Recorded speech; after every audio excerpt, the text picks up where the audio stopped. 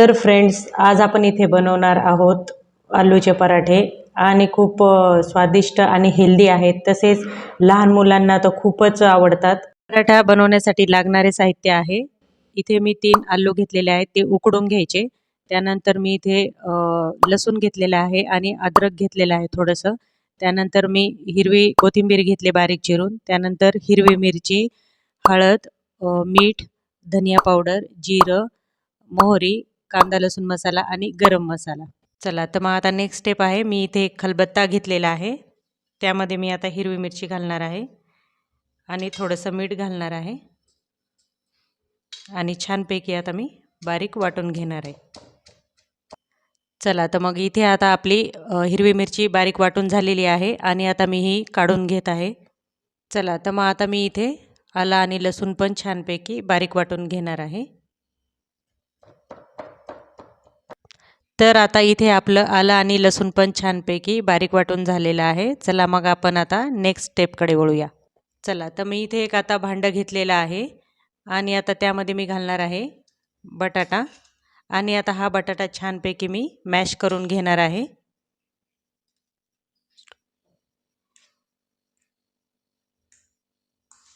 चला तर आता इथे आपलं बटाटा चांगला मॅश करून झालेला आहे. चांगला मी बारीक मॅश करून घेतलेला आहे आणि फ्रेंड्स आता यामध्ये जाणार आहे काही ड्राय मसाले. चला आता आपण ड्राय मसाले यामध्ये टाकून घेऊया. सगळ्यात अगोदर मी इथे आता टाकत आहे अर्धा चमचा हळदी पावडर. त्यानंतर मी 1 चमचा धनिया पावडर घालत आहे. त्यानंतर मी चवीनुसार मीठ टाकणार आहे आणि इथे मी कांदा लसूण मसाला घालणार आहे. त्यानंतर मी बारीक चिरून घेतलेली कोथिंबीर घालणार आहे आणि बारीक हिरवी मिरची वाटून घेतली ती पण मी आता घालणार आहे. तसेच आता मी यामध्ये घालणार आहे आलं लसूण, आपण बारीक वाटून घेतलेला आलं लसूण घालणार आहे आणि मी ह्यामध्ये आता 1-2 चमचे गरम मसाला घालणार आहे आणि आता यामध्ये सगळे मसाले घालून झालेले आहे आणि आता छानपैकी मी मिक्स करून घेणार आहे. चला तर मग आता इथे आपला मसाला तयार आहे आणि आपण आता नेक्स्ट स्टेपकडे वळूया. तर फ्रेंड्स, आपण इथे आता थोडीशी कणिक घेतलेली आहे आणि आता कणिक घेऊन छानपैकी असे गोल आकारामध्ये अशी करून घ्यायची, व्हिडिओमध्ये दाखवल्याप्रमाणे.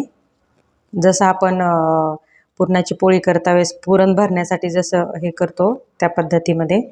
आणि आता यामध्ये मी भरून घेणार आहे बटाट्याचा मसाला, जो आपण तयार करून ठेवला होता ना, तो असा भरून घ्यायचा छानपैकी.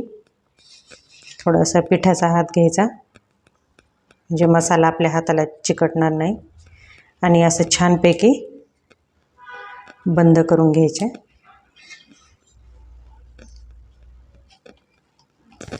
चला तर मग इथे आपण आता पराठा छानपैकी लाटून घेऊया.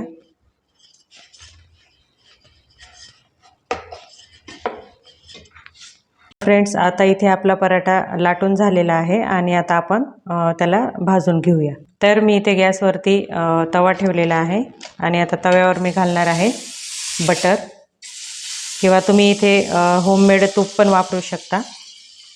आणि बटर घालून झाल्यावरती आता मी याच्यावर पराठा टाकून घेणार आहे आणि छानपैकी भाजून घेणार आहे. चला तर आपण आता पराठा पलटून घेऊया. बघू शकता किती छान झाला. आणि फ्रेंड्स, दुसऱ्या पण साईडनी छानपैकी पराठा भाजून घ्यायचा, सोनेरी रंग येईपर्यंत, गोल्डन क्रिस्पी होईपर्यंत छानपैकी भाजून घ्यायचा. तर फ्रेंड्स, इथे मी छानपैकी आता पराठा भाजून घेत आहे आणि तर इथे आपला पराठा भाजत आहे.